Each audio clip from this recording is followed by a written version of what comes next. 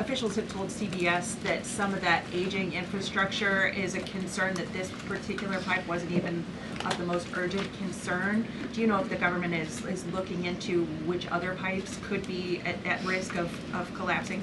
Well, the next step in this process is for any of the three local jurisdictions involved, whether that's the Commonwealth of Virginia, the state of Maryland and Governor Moore, or the District of Columbia, to step forward and to ask the federal government for help and to ask for the Stafford Act to be implemented here so that the federal government can go and take control of this local infrastructure that has been abandoned and neglected by Governor Moore in Maryland for far too long. In fact, it's no secret that Maryland's water and infrastructure have been in dire need of repair.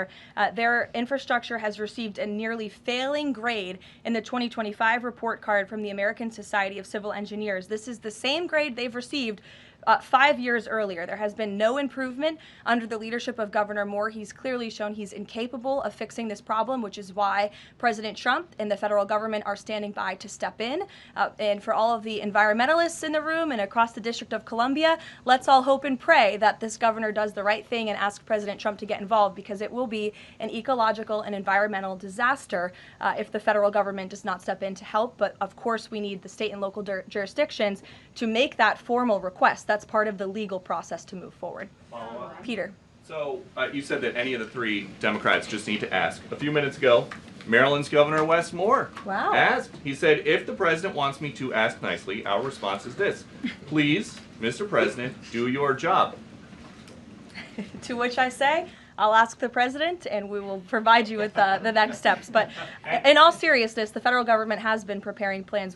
The White House has been in contact with FEMA, with the Army Corps of Engineers, with the Environmental Protection Agency. Again, we've been standing by. This is a problem we want to fix, not just for the federal government, but for everyone who lives in the District of Columbia, including all of you. So you're welcome. To your point about that, there are a lot of events coming up for America 250. The president wants people from all over to come to the nation's capital. Is he worried that by the summer, the Potomac River will still smell like poop? He is worried about that, which is why the federal government wants to fix it, and we hope that the local authorities will cooperate with us in doing so.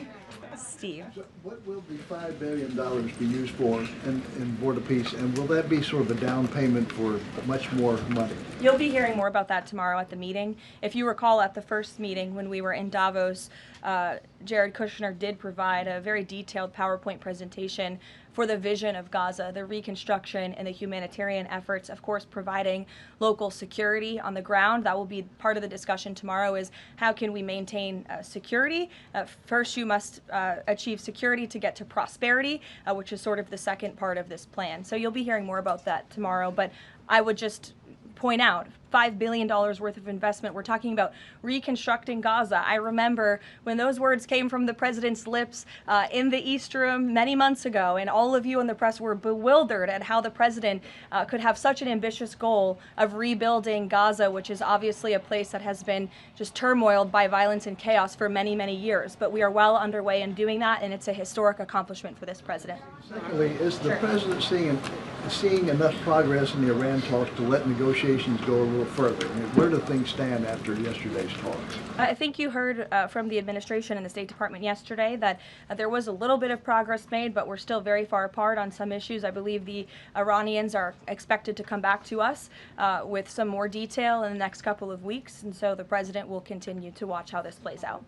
Sure. Follow up on that. Thank you, Caroline. On these Iran talks, I mean, how much time is the president willing to give it before he is seriously maybe considering military action? Is he willing to give it that full 2 weeks? And has he given the Iranian officials a deadline on when he wants to see a deal? It's a fair question, Rachel, but I'm not going to set deadlines on behalf of the president of the United States. And then just one more on the shutdown.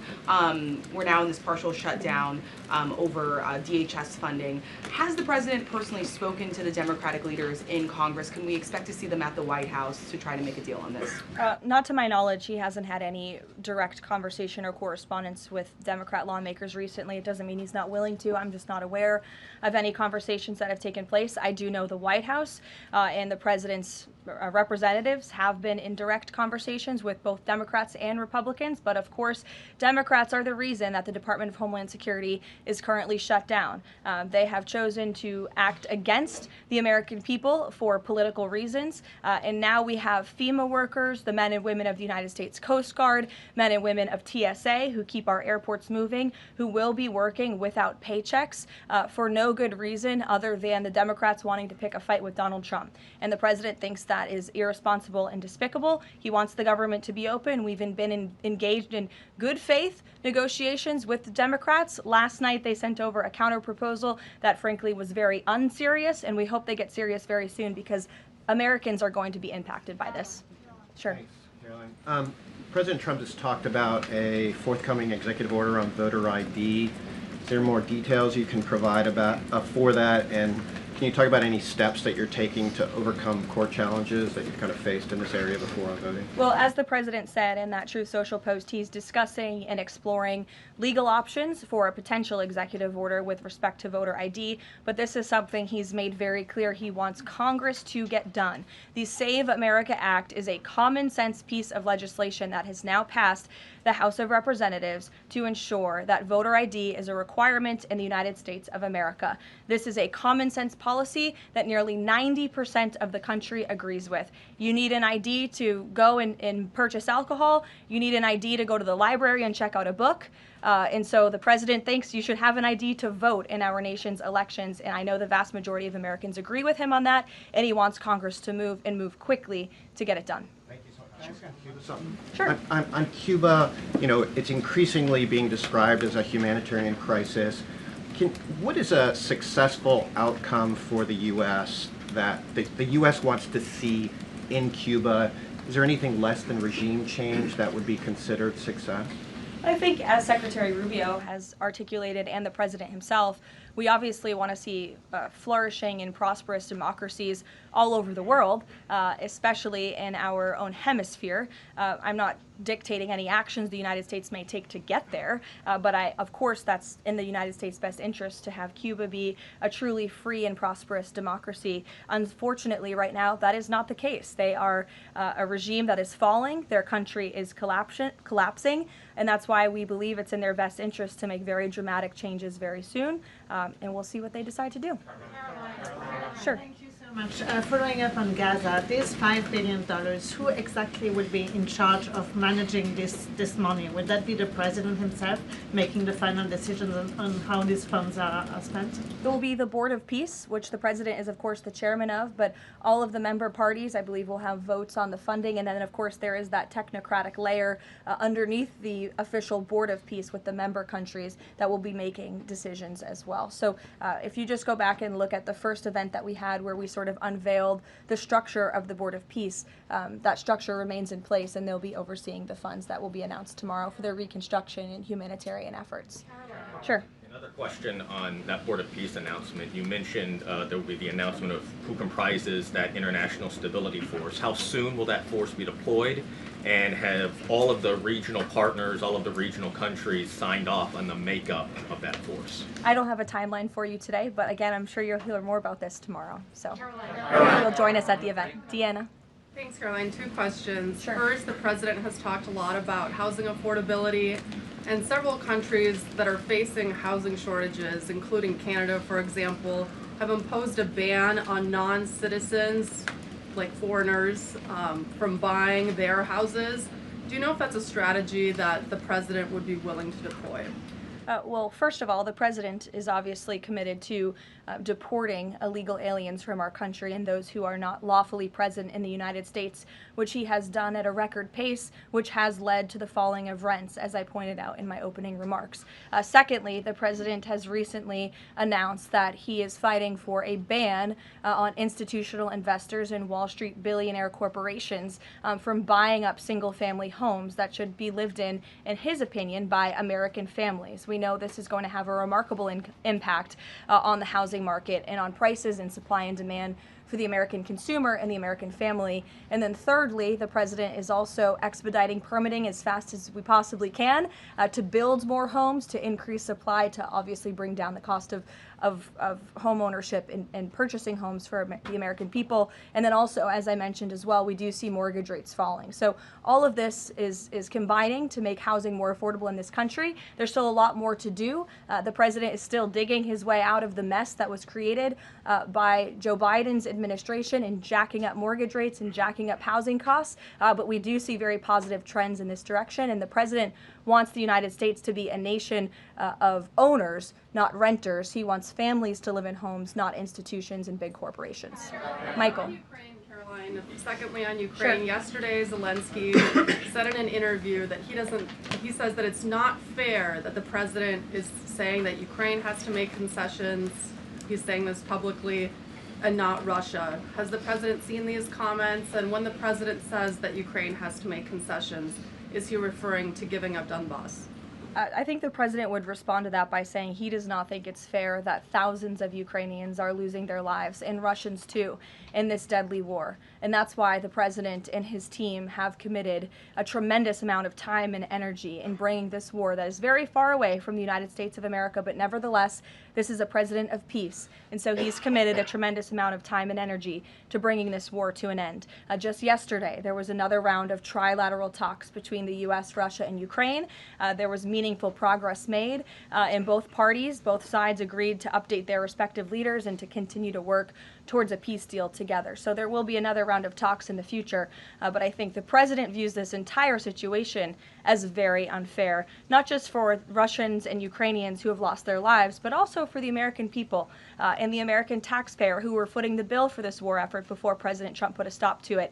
And I would just remind everyone around the world that the United States is still selling weapons to NATO that are then being sent to Ukraine in their defense of their freedom in their borders. Michael. Caroline, Russia is reportedly joining Iran for joint naval exercises in the Gulf of Oman this week. Has the president issued any kind of warning to Russia or even China not to involve itself if the U.S. decides to strike Iran? Not to my knowledge, no, or not that I would dictate from this podium. I wouldn't reveal the president's private conversations with world leaders. With respect to that, again, when it comes to Iran, the president has a decision to make, and he will do that, and I'm not going to broadcast what that decision may be ahead of him. President Barack Obama, Caroline, was recently asked if aliens are real. He says they're real, but he hasn't seen them. The president's daughter-in-law, Lara Trump, told Miranda Devine of the New York Post that the president has a prepared speech on this issue that he prepares to deliver at the right time. Is that true? And does the Trump administration believe aliens are real? Well, a speech on aliens would be news to me. That sounds very exciting, though. I'll have to check in with our speech writing team. And that would be of great interest to me personally, and I'm sure all of you in this room, and apparently former President Obama, too. So we'll keep you posted on that. Tyler. The White House has touted an unprecedented amount of cooperation with counties in Minneapolis after the negotiations with Tom Homan. Are those written or verbal deals with the sheriff? How many have agreed to cooperate on immigration enforcement who previously refused to do so? Yeah, the last time I spoke with Mr. Homan, which was just a few days ago, he assured us that nearly every single county in the state of Minnesota has agreed to notify ICE when they are releasing criminal illegal aliens from their jails. This is an unprecedented level of cooperation that we have not seen. It has led to not only cooperation to detain illegal aliens in Minnesota, which just this past week I have looked at the list. They've detained some very heinous people who none of you would want living in your communities, but has also led to a much more calm situation on the ground. We've also seen, and you've seen this with your own eyes play out, the local police and the state police have now cooperated in the arrests of left-wing agitators and criminals who are unlawfully obstructing immigration enforcement in their efforts. So this is a huge win, and again, the president sent Mr. Homan to Minnesota to do a job, and he has done it well, and I think think the situation on the ground proves that. Are those like written agreements that they've been signed by various officials in the state? These are agreements that have been made by state and local officials in the federal government, and we are seeing that cooperation play out every single day. These counties are notifying ICE when they are releasing criminal illegals from their jail, and we do know that they are arresting left-wing agitators who are unlawfully impeding law enforcement. There's video to show that show it yourself. You can view it with your own eyes. John. Thank you, Caroline. You mentioned two things, DHS closed and the SAVE Act IDs.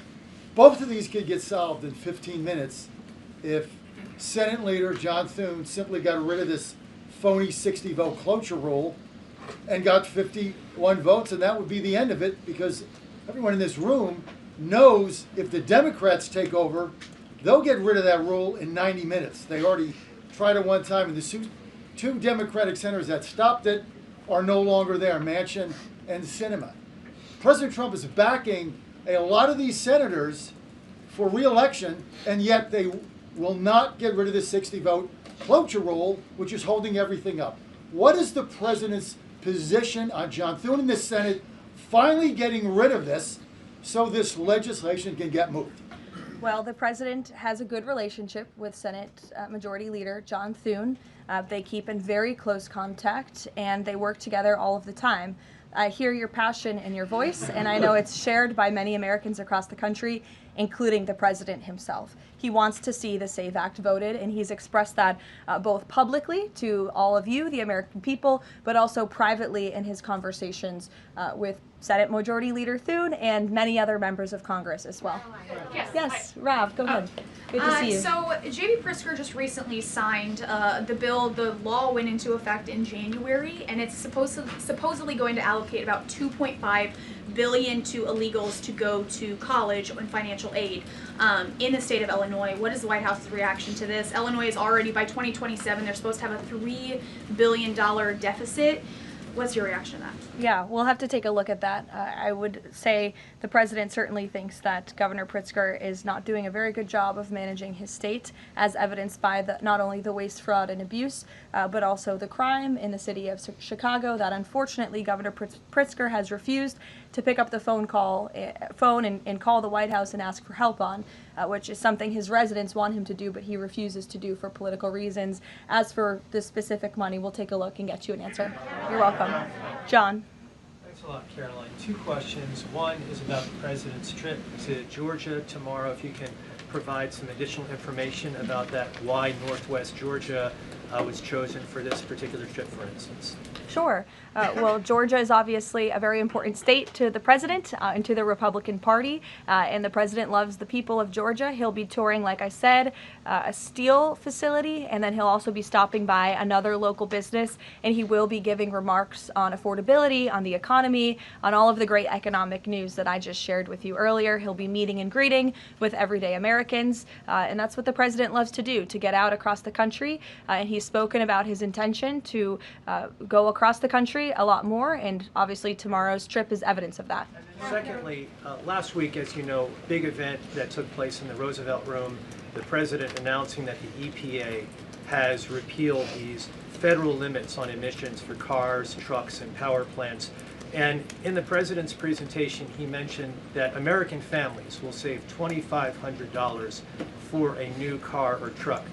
Where is the promise coming from automakers that they're going to pass along their savings to those families all across the country? It's a great question, John. That was an economic analysis that was provided to the president, and I'd be happy to provide that to you so you can take a look yourself. But I'm glad you brought up the president's announcement last week, because this is one of the largest deregulatory actions ever taken in the United States of America. And overall, it's going to save our country $1.3 trillion in regulatory burdens that have really done nothing for our country, nothing for our environment, nothing for our economy. In fact, this announcement received widespread and bipartisan praise. I think I recall seeing the editorial board of the Washington Post, of all places, even commending the president and Administrator Zeldin for this historic action last week. So there's no doubt it is going to save the American consumer money, and I'd be happy to provide that specific economic analysis to you. Sure, in the middle, go ahead.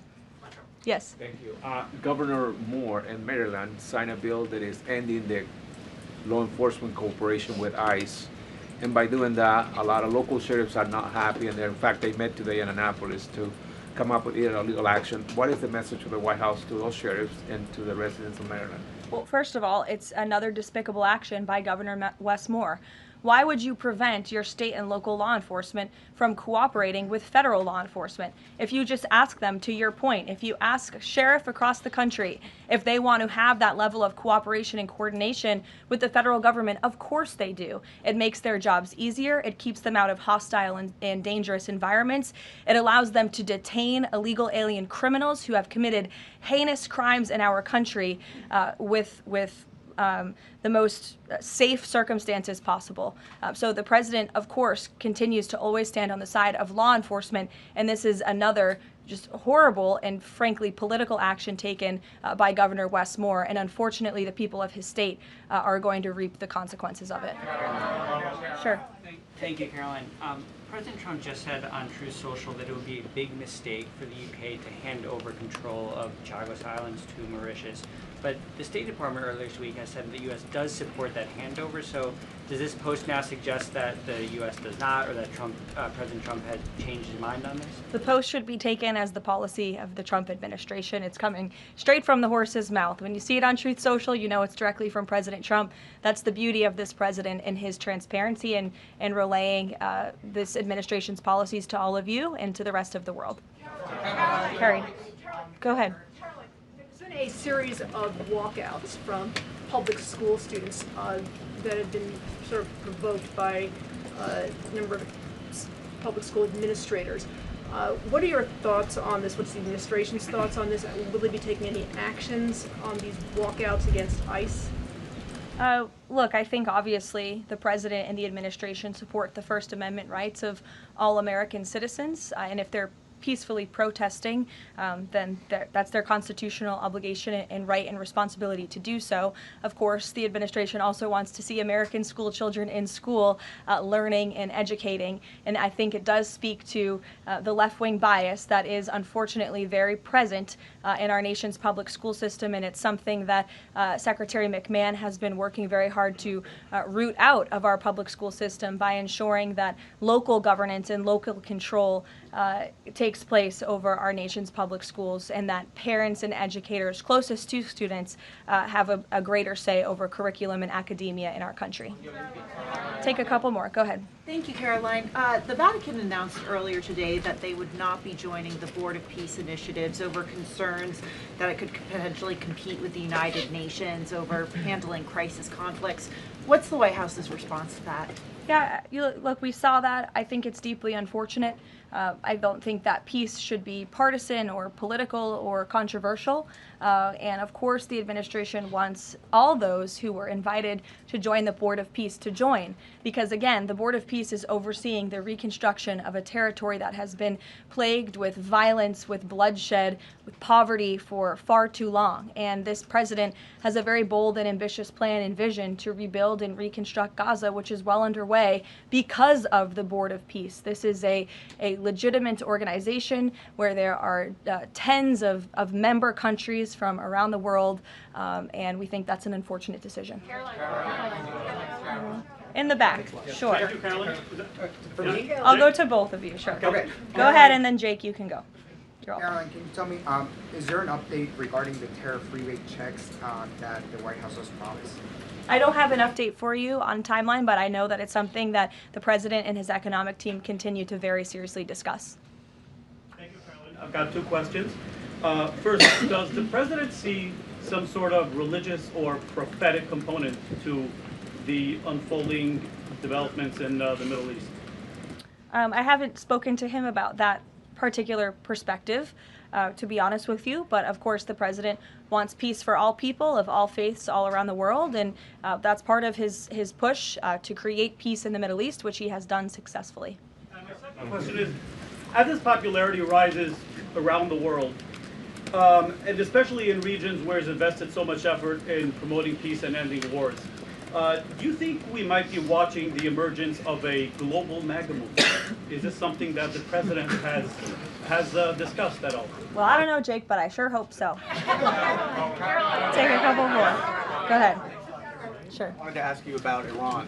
As the U.S. military builds up around Iran, is President Trump coordinating war plans with Israel so that if he does decide to strike, that Israel will be a part of those strikes? Look, I don't have any specifics on the president's recent conversations with Israel. As you know, Prime Minister Netanyahu was just here at the White House last week or the week before. But again, with respect to Iran, there was some progress made yesterday. There are still a lot of details to discuss, and we'll continue to see how this plays out. The United States government, of course, is always in close communication and correspondence with the state of Israel, and that starts right at the top with the president and Prime Minister Netanyahu themselves. One more. Go ahead. Last week we saw the underlying affidavit for the search warrant that was executed in Fulton County, and there was not any mention in that document about foreign election interference in the 2020 election. I'm wondering if DNI Gabbard has uncovered that in Georgia or in Puerto Rico, where we know her team was sent as well. I don't have any updates for you on that today. I would defer you to the director's office herself. Sure. Two questions. One on the president's schedule today. It says he has signing time. What is he signing today? Are we expecting executive orders or actions? That's the first question. And then second, the Wall Street Journal is reporting that a U.S. arms sale package for Taiwan is in limbo. Can you just confirm this reporting / offer any additional comment? And how concerned is the administration that if an arms deal with Taiwan went through, that this could disrupt the China-U.S. Trade truce? Sure. Well, I haven't read the full Wall Street Journal report. I will just say with respect to an arms sale to Taiwan, I don't have any announcements or updates on that for you today. And to your first question about what the president will be signing, he will be signing an executive order, which you will all be hearing about later this afternoon, and you will see him in 1 hour at the Black History Month reception. We'll see you there. Thank you.